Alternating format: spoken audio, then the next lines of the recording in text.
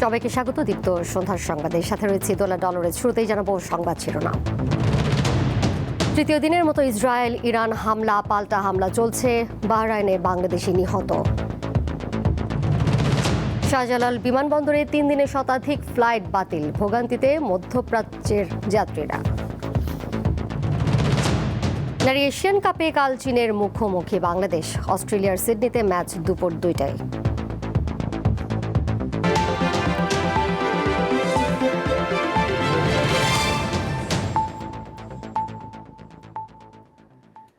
ইসরায়েলের প্রধানমন্ত্রী বেনিয়ামিন নেতানিয়াহুর কার্যালয়ে হামলার দাবি করেছে ইরান।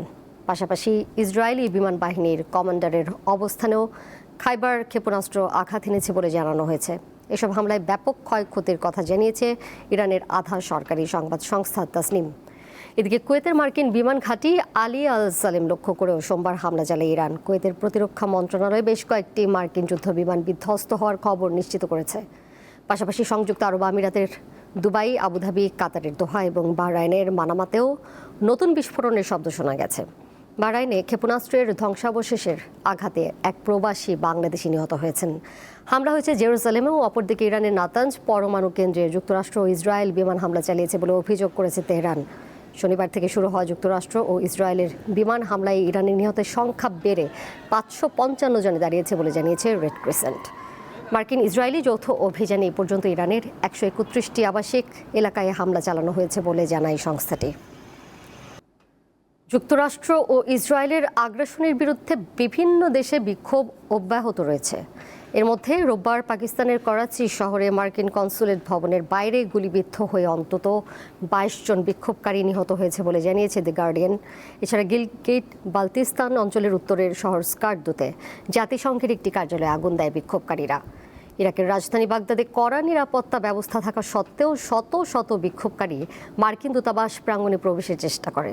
ভারত নিয়ন্ত্রিত কাশ্মীরেও কয়েক হাজার শিয়া মুসলিম বিক্ষোভ করেছে।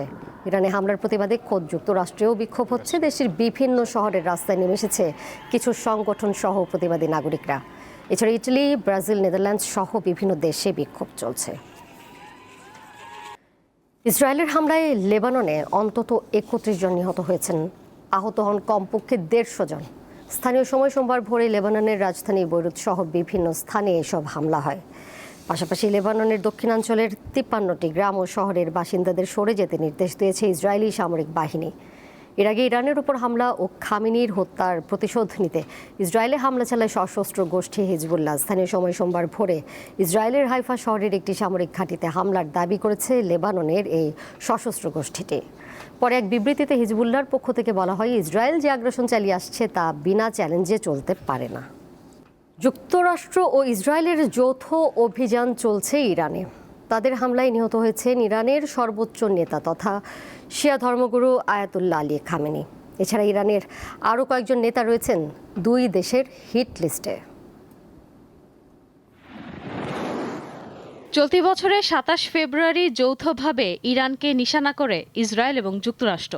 ওই দিন ভোরে সাবেক পারস্য দেশের রাজধানী তেহরান সহ একাধিক শহরে আছড়ে পড়ে তাদের ছোড়া একাধিক ক্ষেপণাস্ত্র ও ড্রোন। ইহুদিরা এই অভিযানের নাম রেখেছে অপারেশন লায়ন্স রোর বা সিংহের গর্জন। আর যুক্তরাষ্ট্রের আক্রমণের পোশাকি নাম অপারেশন এপিক ফিউরি বা মহাকাব্যিক ক্রোধ। এরই মধ্যে ইরানের সর্বোচ্চ নেতার মৃতদেহের ছবি দেখানো হয়েছে যুক্তরাষ্ট্রের প্রেসিডেন্ট ডোনাল্ড ট্রাম্পকে। তারপরই তেহরানে ইসলামীয় প্রজাতন্ত্রের পতন শুধু সময়ের অপেক্ষা বলে চলছে জল্পনা। যদিও প্রতিরক্ষা বিশ্লেষকদের দাবি, সেটা করতে হলে পারস্য উপসাগরের কোলের দেশটিতে ক্ষমতায় শীর্ষে থাকা অন্তত 10 জন নেতাকে সরাতে হবে ইহুদি ও আমেরিকানদের। এ ব্যাপারে একটি বিস্তারিত প্রতিবেদন প্রকাশ করেছে জেরুজালেম পোস্ট। ইহুদি সংবাদ মাধ্যমটির দাবি, ইরানে ক্ষমতার ভরকেন্দ্র যে 10 নেতার মধ্যে ঘুরপাক খাচ্ছে তাদের মধ্যে 5 জনকে হত্যা করা গেছে। বাকিদেরও শেষ করতে মোসাদ যে মরিয়া চেষ্টা চালাচ্ছে তাতে কোনো সন্দেহ নেই। শুধু তাই নয়, ইসরায়েলি গুপ্তচর সংস্থার হিট লিস্টে আছে তেহরানের 1 ডজন সেনা কমান্ডার। বিশেষজ্ঞদের দাবি, ইরানের উপর সম্পূর্ণ নিয়ন্ত্রণ পেতে ইহুদি ও মার্কিন সেনাকে পরবর্তী ধাপে সরাতে হবে মাসুদ পেজেশকিয়ানকে। ২৭ তারিখের অভিযানে তাকেও পৃথিবী থেকে সরিয়ে দেওয়ার মরিয়া চেষ্টা করেছিল ইসরায়েল এবং যুক্তরাষ্ট্রের যৌথ বাহিনী। আপাতত প্রাণে বেঁচে গেছেন তিনি। দ্বিতীয় শক্তিশালী নেতা হলেন মোহাম্মদ বাঘের কালিবাফ। ইরানি পার্লামেন্ট মজলিসের অধ্যক্ষ বা স্পিকার পদে রয়েছেন তিনি। পাশাপাশি যুদ্ধকালীন পরিস্থিতিতে শিয়া ফৌজের কমান্ডারদের ডেপুটি হিসেবে কাজ করার অভিজ্ঞতা রয়েছে তার। এই তালিকায় নাম রয়েছে ইরানের সুপ্রিম ন্যাশনাল সিকিউরিটি কাউন্সিলের সচিব আলী লারিজানির। তাকে তেহরানের বিদেশ নীতির শেষ কথা বলা যেতে পারে। ইসরায়েল এবং মার্কিন সেনার জন্য সবচেয়ে বড় কাঁটা হতে পারেন খামেনির পুত্র মুস্তফা। ইরানের রাজনীতিতে প্রকাশ্যে খুব একটা দেখা যায় না তাকে। জানা যায় গুপ্তস্থান থেকে আইআরজিসিকে নিয়ন্ত্রণ করেন তিনি। এছাড়াও আব্বাস আরাকচি এবং সাদেক লারিজানিও লক্ষ্য হিসেবে রয়েছেন। বর্তমানে ইরানের পররাষ্ট্রমন্ত্রীর পদে রয়েছেন আব্বাস আরাকচি। অন্যদিকে এক্সপিডিয়েন্সি ডিসকার্নমেন্ট কাউন্সিলের প্রধানের দায়িত্বভার সামলাচ্ছেন লারিজানি। এক দশকের বেশি সময় ধরে ইরানের নিরাপত্তা ও পরমাণু বিষয়ক সর্বোচ্চ নেতার সিনিয়র উপদেষ্টা পদে ছিলেন আলী শামখানি। বেশ কিছুদিন আইআরজিসির নৌবাহিনীর কমান্ডার হিসেবেও কাজ করেন তিনি। গত বছরের জুনে ইসরায়েলের বিরুদ্ধে যুদ্ধ চলাকালীন তিনি মারা গিয়েছেন বলে খবর ছড়িয়ে পড়ে। কিন্তু লড়াই থামতেই গোপন ডেরা থেকে বেরিয়ে এসে সবাইকে চমকে দেন শামখানি। রয়টার্সের প্রতিবেদন অনুযায়ী সিআইএর তালিকায় আছে আরও বেশ কয়েকটি নাম। তাছাড়া মার্কিন গোয়েন্দারা মনে করেন অচিরেই খামেনির জায়গা নেবেন অন্য কেউ। সেই দিকেই ধাপে ধাপে এগোচ্ছে তেহরান। আর তাই খামেনির মৃত্যুতে এখনই যুদ্ধ থামাতে রাজি নন ট্রাম্প। ইশরাত সুমা, দীপ্ত বার্তাকক্ষ। ইরানে হামলা শুরুর পর 3 দিনে ঢাকা থেকে মধ্যপ্রাচ্যগামী 102টি ফ্লাইট বাতিল করা হয়েছে। এই ফ্লাইটগুলো সংযুক্ত আরব আমিরাত, বাহরাইন, কুয়েত ও কাতারে যাওয়ার কথা ছিল। তবে ওমান ও সৌদি আরব সহ অন্যান্য গন্তব্যে উড়োজাহাজ চলাচল স্বাভাবিক রয়েছে।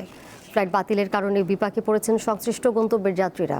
বিশেষ করে যাদের ভিসার মেয়াদ কম, তারা চরম অনিশ্চয়তায় ভুগছেন। গত শনিবার দেশি বিদেশি বিভিন্ন উড়োজাহাজ সংস্থার 23টি ফ্লাইট বাতিল হয়। দ্বিতীয় দিন রবিবার বাতিল হয় 40টি ফ্লাইট, আর তৃতীয় দিন সোমবার বাতিল হয়েছে 39টি ফ্লাইট। এদিকে চট্টগ্রাম থেকেও দুবাই, আবুধাবি ও শারজামুখী সব ফ্লাইট বাতিল করা হয়েছে। এবারে আরএফএল ওয়ার্ড্রোব ঈদবাজার।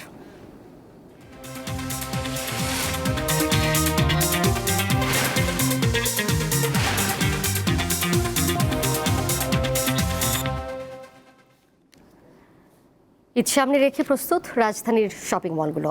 বাহারি পোশাকের পসরাও সাজিয়েছেন বিক্রেতারা। তবে এখনও পুরোপুরি জমে ওঠেনি কেনাকাটা। ঢাকার রাজধানী সুপারমার্কেট ও আরএস শপিং মলে প্রতি ঈদের আগেই কেনাকাটার হিড়িক পড়ে। তবে এবারের চিত্র অনেকটা ভিন্ন। ঈদুল ফিতরকে সামনে রেখে বেশ ভালো প্রস্তুতি রয়েছে ব্যবসায়ীদের। বাহারি কালেকশন থেকে পছন্দের পোশাক খুঁজে নিতে পারছেন ক্রেতারা। জিনিস অনুযায়ী প্রাইসটা অনেক বেশি। এখন মধ্যবিত্তদের আর কি বাজেটের মধ্যে মার্কেট করাটা খুব কষ্ট। ছেলে বলেন, মেয়ে বলেন, সবারই এখানে মোটামুটি ভালোই দাম। মানে এখন একটু বেশি, মানে রোজা তো মাত্র শুরু হয়েছে, এর জন্য এখনো পছন্দ হয়নি, দেখি পছন্দ হয় নাকি।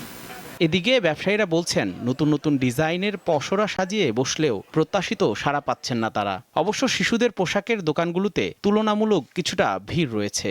কিডস আইটেমে একটু চাপ বেশি হচ্ছে, যে আপনার বাচ্চাদের কেনাকাটা সবসময় একটু বেশি থাকে, এবারও বেশি বাচ্চাদের জন্য।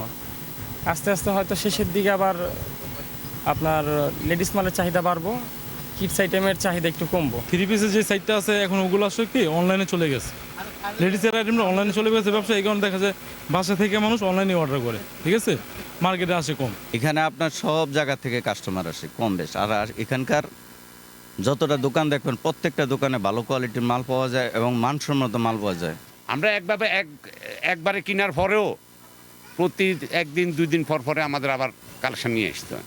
মার্কেটে কাস্টমার নেই, খুব মন্দা। প্রচুর পরিমাণে মাল তুলছে দোকানদাররা, কিন্তু কাস্টমার নাই। আমরা যারা ব্যবসায়িক আছি আমরা সবাই আশাবাদী যে আর কটা দিন পরে হয়তো বেচা বিক্রিটা বাড়তে পারে। রমজানের শেষ 10 দিনে বাজারে ক্রেতা বাড়বে, জমে উঠবে কেনাকাটা। দোকানিরা এখন সেই অপেক্ষায়। দীপ্ত বার্তাকক্ষ। খেলার খবর। নারী এশিয়ান কাপে বি গ্রুপে নিজেদের প্রথম ম্যাচে আগামীকাল দুপুর 2টায় চীনের মুখোমুখি হবে বাংলাদেশ। প্রথমবারের মতো এই টুর্নামেন্টে খেলতে যাওয়া আফ্রিদাদের লক্ষ্য শক্তিশালী প্রতিপক্ষের বিরুদ্ধে ভালো খেলা। সাফের রানীরা এখন এশিয়ার শ্রেষ্ঠত্বের মঞ্চে, একেবারেই ভিন্ন কন্ডিশন, প্রতিপক্ষ বেশ শক্তিশালী, কিন্তু মনে থাকা সাহস আর আত্মবিশ্বাসকে একমাত্র পুঁজি করে অজিদের দেশে টুর্নামেন্টে বর্তমান চ্যাম্পিয়নদের মোকাবেলা করতে হবে বাংলাদেশ দলকে। প্রত্যাশা অনেক, সেই সাথে বাস্তবতাও বুঝতে হবে। শক্তিশালী প্রতিপক্ষের সাথে 90 মিনিট খেলতে হবে। মেয়েদের শুধু একটা কথাই বলেছি, মনোবল হারানো যাবে না। গেল আসরে শিরোপা জয়ের পাশাপাশি আরো 8 বার টুর্নামেন্টে ট্রফি জিতেছে চীন। তাতেই আজ করা যায় কতটা শক্তিশালী দলটি। তাই বলে বাংলাদেশকে হালকাভাবে নিচ্ছে না চীনারা। স্পষ্ট ভাষায় কোচ জানান বেশ চাপে রয়েছেন তারা। আমরা বর্তমান চ্যাম্পিয়ন, প্রথম ম্যাচটাই খেলবো বাংলাদেশের সাথে। এটাই আমাদের জন্য চাপের বিষয়। ওদের খেলা দেখেছি, দারুণ ফুটবলার আছে। আমি মনে করি না তাদের কোনো বাড়তি চাপ আছে। ফিফা র্যাঙ্কিং এ চীনের অবস্থান 17 আর বাংলাদেশ আছে 112 নম্বরে। মাঠের ফলাফলও পার্থক্যটা যে চোখে পড়বে তা সবারই জানা। প্রতিপক্ষ বিবেচনায় এশিয়ান কাপে প্রতিটি ম্যাচই বাংলাদেশের জন্য অগ্নি পরীক্ষা, তা বেশ ভালো করে জানা আফ্রিদাদের। হাল ছাড়তে রাজি নয় তারা খুব ভালো করে জানেন তাদের নিয়ে কোটি বাঙালি রয়েছে আকাশচুম্বী প্রত্যাশা। Mohammad Hasib, Deepto sports, comeback stadium, Sydney, Australia. Asian কাপে বাংলাদেশ নারী দলের জন্য শুভকামনা জানিয়েছেন বাফুফের সভাপতি তাবিথ আওয়াল। শক্তিশালী প্রতিপক্ষের বিরুদ্ধে বাংলাদেশ ভালো খেলবে বলে প্রত্যাশা ব্যক্ত করেন তিনি। এই পর্যায়ে আমাদের নারী দল বা পুরুষ দল কেউই এই পর্যায়ে এত টপ লেভেলে খেলতে পারেনি। আর বিশেষ করে আমাদের নারী দলের জন্য অফকোর্স আমাদের সবার অভিনন্দন আছেন যে তারা র্যাঙ্কিংয়ে অনেক গতিতে এগিয়ে গিয়েছিল। এখন এশিয়ার টপ টিমের সাথে তারা খেলছে, বাট এশিয়ার টপ টিমও কিন্তু ওয়ার্ল্ডেরও একটা টপ টিম। চায়না কিন্তু কোনো বিশ্ব ওয়ার্ল্ড কাপে তারা খেলে। বাট আমরা কনফিডেন্ট যে আগামীকাল চায়নার সাথে আমরা ভালো খেলা উপহার দিব। তারা যতটুকু দিতে পারে দেশের জন্য, নিজের জন্য, তারা অবশ্যই খেলে। আর খেলার থেকে হার জিত তো থাকবে, কিন্তু হৃদয় জিতা আর কোনো ব্যক্তিগত প্লেয়ার যদি ক্লাবের কোনো কন্ট্রাক্ট পেতে পারে সেগুলোর জন্য আমরা লক্ষ্য রাখতে পারি সামনে। এর সাথে শেষ করব সন্ধ্যার সংবাদ। যাবার আগে শিরোনামগুলো জানিয়ে দেব আরও একবার। তৃতীয় দিনের মতো ইসরায়েল ইরানে হামলা পাল্টা হামলা চলছে। বাহরাইনে বাংলাদেশি নিহত। শাহজালাল বিমানবন্দরে 3 দিনে শতাধিক ফ্লাইট বাতিল, ভোগান্তিতে মধ্যপ্রাচ্যগামী যাত্রীরা। নারী এশিয়ান কাপে কাল চীনের মুখোমুখি বাংলাদেশ। অস্ট্রেলিয়ার সিডনিতে ম্যাচ দুপুর 2টায়।